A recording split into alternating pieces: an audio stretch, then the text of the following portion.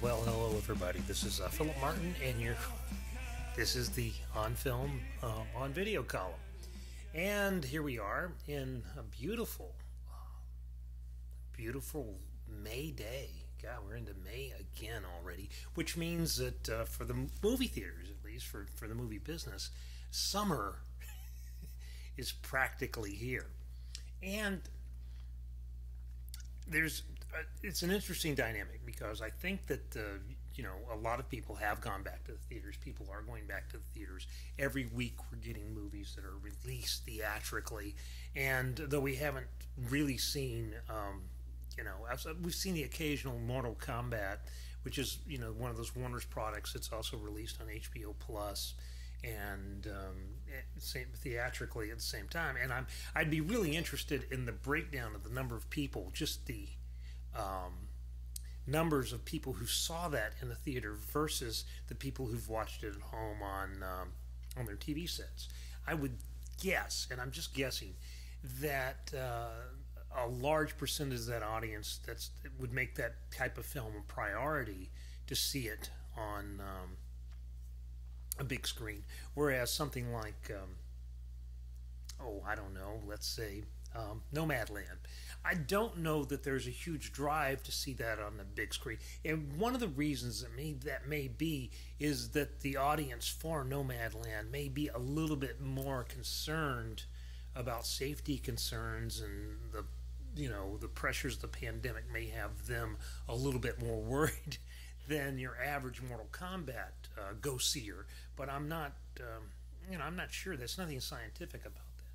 But anyway, if you've noticed, the studios have come up with these, sort of these public service announcements that are designed to get you back into the theater. Like last week, Marvel released this 3-minute preview, narrated by the late Stan Lee, about the value of the theater experience. It's something that I've been talking about on this video, this column, this podcast, if you will, for almost a whole year since the theater's been shut down, and valuing the theater experience, theatrical experience, about being with people. Stan Lee in the video says, "I love being with people," which he did. I mean, he's not here anymore. It's the most incredible thing in the world. And so what they're trying to do is actually sell you on the idea of going back to the theater, not because of the films necessarily, but because of the experience. And I think that's a really good point. Just yesterday, I'm doing this on Wednesday. You're watching on Friday, and now we've eliminated the step that lets you sneak in and watch it early, though I may go back and put those up there. Anyway, but just yesterday was the opening day of Dickey Stevens Park, which is about 3/4 of a mile from my house here in North Little Rock. And we walked around this. We took our girls for a walk, our dogs for a walk, and we walked around the stadium, and we just kind of skirted what was not a large crowd. It wasn't like a crowd that would be going to see Tina Turner or but a minor league baseball park opening day crowd, which maybe a couple thousand people, I don't know, but it was just so nice to be out there and be among people out there in the sunshine, and it's really great, and it's just you just have a great feeling. I can't wait to go back to the ballpark. It's been, all last season was canceled. We were going to go tonight, but you can take your dogs there sometime on Wednesday night when the Travelers are playing at home. You can take your dogs. You can pay $3, get in with a dog. And that's great, but we decided not to do that for other reasons. But I'm really looking forward to going back there. And it's not to see the baseball, even though I enjoy baseball and I like watching baseball. I can see a baseball game, in my house anytime I want, and the experience of watching baseball is probably better watching it on TV than it would be if you're at a game where, in a game you don't have the, I mean, I guess you have all the scoreboard stuff and the big monitors and things, at least in your major league parks, and you can see the instant replays and things like that. But it's from a fan's point of view, it's just the experience is different. You can see everything better at home. You can watch a game on TV at home, and it's a better experience, because even though if you are a big baseball fan, you might, concentrate on watching like the second baseman, or you might just watch something that the camera won't show you or isn't necessarily, following. Your head's also selecting stuff. You can only look at one thing at a time anyway. It's just a question of whether you're paying attention to what they think you should pay attention to, or if you're paying attention to what you want to pay attention to. You're still going to miss stuff in a baseball game. A movie is kind of analogous in that, if you're watching a movie at home, like last night we watched the John Ford movie, My Darling Clementine from 1946, which I'm probably going to screen this summer in the theaters as part of this class I conduct. And so we wanted to, we could stop and we could pause it, and we missed a line that Victor Mature said, we could back it up just a little bit and listen to the line again. So you can't do that when you're in the theater. But you are in the company of strangers, and you're, it's a different thing. It's a civic ritual. So what the theaters and the studios are trying to sell us now is less on the quality of the movies that are going in. It's not like these are movies you need to see in a theater. It's like you need to be in a theater because it's good for you, because it makes you feel good, because it's an experience you enjoy. And I think that's a better strategy to take than to say, there's a difference between film and TV, because people don't perceive a difference between film and TV anymore. TVs have gotten bigger, better. The sound's gotten bigger, better. Movie theaters have gotten bigger, better too. But it's sort of like how much rumble and sturm do you need?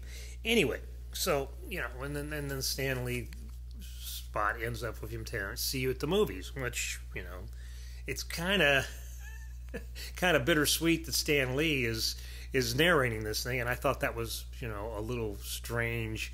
But anyway, it's a good spot, except maybe for that little macabre angle. And you think about, studios need theaters, and they need theaters almost as much as the theaters need them, because the theaters obviously can't stay in business unless they have product to show. They cannot, they become something else if they aren't showing first-run motion pictures on their screens every week. Okay, it's maybe you can make a business model out of a revival house or an art house, or you could, rent it out for, laser tag 3 nights a week and show movies on the weekend, but whatever. But your traditional Cineplex kind of movie house needs studio product. But studios need the theaters too. And they need that, even though they can put these things on demand and, pay-per-view and stuff like that. They need a wide theatrical release to get those big numbers. You're not going to make $1 billion on pay-per-view. I don't think. That's just not the model. That's not the way things have happened. If you've got a huge, expensive movie, you're going to want to show that in theaters in China and in Hong Kong and in Paris and in London. You're going to want theaters to see it. You want to want people to pay to come see your movie, rather than have them pay to have this service that, pay. What do you pay for your HBO now? I don't know. I don't pay for it. But, you guys do. They give it to me because I'm a very important person. Yeah, but it's sort of like they don't. I just got a funny email just popped up, and I'm reacting to it. I apologize, but it's sort of like the theatrical experience is something that the studios need to encourage, and to make these things profitable, you've got to have people going back in fairly big numbers, and so they're trying to encourage that. They're trying to seed that, even though as of yet we have not seen this huge flood of like A-list movies that come in. We've had a few, but most of the time it's like this week when we have Wrath of Man, which is a Guy Ritchie movie, which has a certain, Guy Ritchie is like Steve Earle. Steve Earle will sell, 70,000 copies of any album he puts out. Not going to do much better, not going to do much worse. Same thing with Guy Ritchie. Doesn't really matter whether it's a good Guy Ritchie movie or a bad Guy Ritchie movie. It's going to have a certain audience. It's coming out, Wrath of Man. There's this little film called Silo that I like quite a lot, but it's just an independent film that it's got this weird distribution model where they're showing it on the side of grain elevators in Canada and stuff like that. You can call them up, and if you're willing to guarantee them $2,500, basically you can take the movie and show it and see whatever you want to do. And it's almost a public service announcement kind of thing. Okay. Here Today, which is a Billy Crystal film, I don't know much about except the review that I just edited. The review that I just edited say, it's okay. But it's like Billy Crystal is not your top A-list. He's not The Rock. Okay, and Tiffany Haddish is also in it, and she is a known quantity, an up-and-coming quantity, but again, it's not Ocean's 11. It's not that kind of film yet. But the studios want you to go back, just get back in the habit of going to the movies. And so we kind of have this really, like I said, the cycle was at the beginning that there was not going to be any new movies coming out until theaters started to open, and theaters weren't going to really start to open until there was product to play. But we're not back to that robust pre-pandemic sort of time, which really wasn't all that robust. I mean, and box office goes up and down. I mean, it's not like there's been this steady trend. I mean, over time, from the 30s through the 2020s, it's like in the 30s, everybody went to the movies every week. Everybody. Sometimes people went twice a week. Avid moviegoers may have gone 3 times a week. And now avid moviegoers go 6 times a year. So, yes, over the long haul, there's been this slide down. But from year to year, for the last 10 years, it's gone up and then gone back down. Gone up and then gone back down. And then last year, of course, the bottom falls out. So whatever we do this year is going to be a huge improvement over last year. But it doesn't necessarily mean that, people are going to keep going to the movies and it's going to go back up to, say, levels of the 1990s even. It's not, the business model has changed. And to be fair to, studios and stuff like that, it's hard to hit a home run every time out. And you have to kind of swing hard. It's another analogy that would be kind of funny is, it's sort of like we're in the era of the 3-run home run. We do not have a lot of singles hitters up there. A movie like Silo is a definite singles hitter. It's not going to, in any instance, ever gain this huge popular audience. It's going to probably make some money, though. It's probably going to make somebody some money because it's a low-budget film. The way they are marketing it is ingenious. And it's probably going to do better in the way they're doing it than if they just let it go out and live or die in this Darwinian atmosphere, universe of theatrical releases because it's a small fish. But, it's going to be okay. Now, things like Here Today, maybe that would be better as a pay-per-view, video on demand, or just go straight to a streaming service. Just have Netflix buy the rights, Hulu buy the rights, Amazon Prime buy the rights, and just have it out there like that. I don't know. I mean, it's going to be a mix of these things, but the studios are not ready to give up, and they're not ready to give up the theater experience and just cede it to only the huge films, which is interesting to me because that was sort of like the trend before. The trend was, we're going to hit 3-run home runs or we're going to strike out. We're not going to hit singles and doubles or take bases on balls. We're going to go for the fences every time out. Otherwise, it's not worth it to us, and it is a more efficient way of doing business, perhaps. Okay.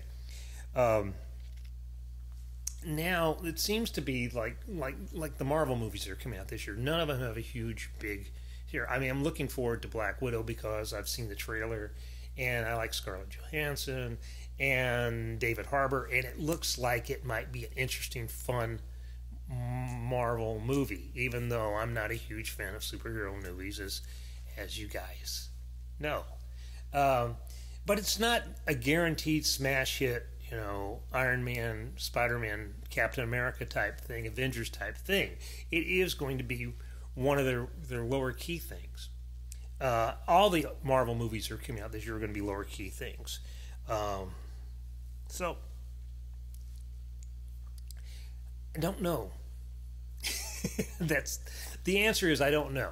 The answer is that it's interesting to think about how the relationship between studios and theaters, because at one point, studios owned the theaters, most of them owned a chain, everybody owned a chain, and then they broke that up, and then there were theater chains and there were independent theaters and there were special.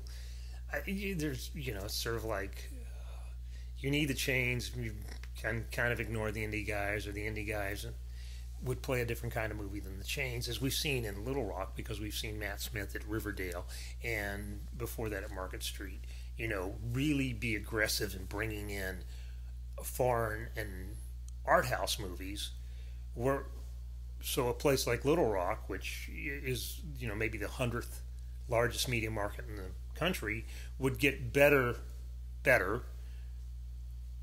a wider variety of films than someplace like Memphis, or even someplace sometimes like Cleveland or Dallas. There were movies that showed in Little Rock, Arkansas, in the late '90s and early 2000s that maybe showed in New York and Los Angeles, and that maybe got theatrical runs in New York and Los Angeles, and that was it. And Matt would play them here in Little Rock, which was a really fascinating sort of dynamic, because in a way he built a brand on that, because people actually started to look to that theater for these kind of releases. It's much harder to do that, I think, today than it was back when he was doing it, and I don't think that Riverdale could survive if it didn't devote most of its screen to mainstream kind of movies. And I think that proximity and location is as big a draw as loyalty to a theater. I mean, would you drive 20 miles to see the same movie in a theater that you could see 2 blocks from your house? Maybe, if that theater gave you amenities that you couldn't get at your local theater. If it, for me, I wouldn't, because what matters is what's on the screen. And even to the point where I don't care if the sound system isn't the latest and greatest, I'll still watch it at the closer place, because I'm more concerned about the content of the film. But the content of the film is not the only thing they're selling, and that's the point. That's what these recent ad campaigns are trying to point out. It's that going to the movies is a civic ritual, something that you're you've done, that your parents did, that your grandparents did, that's something we have in common. Movies are sort of a cultural glue. They sort of hold us together. They sort of give us things to talk about. Even though we don't see as many movies as we used to see, even though we don't care about the movies as much as we used to, we still care about them enough that this is something that for the foreseeable future we want to hold on to. I've been saying that. And now I'm kind of excited that the studios seem to be, taking up that same chant. And like I said, one of the things if the pandemic had not hit, I would almost, I believe that Netflix would have its own chain of theaters now. It would have a chain of theaters they could, show their films. And I think that that's one of the things they want to acquire, which will be another interesting sort of chapter in this, because remember they told the studios they couldn't do that. They couldn't control the production, the distribution, and the places that you consume this stuff. So that's 20 minutes. Wow. Okay, that's it for this week. And anyway, check back in next week. Take care, and we will see you at the movies.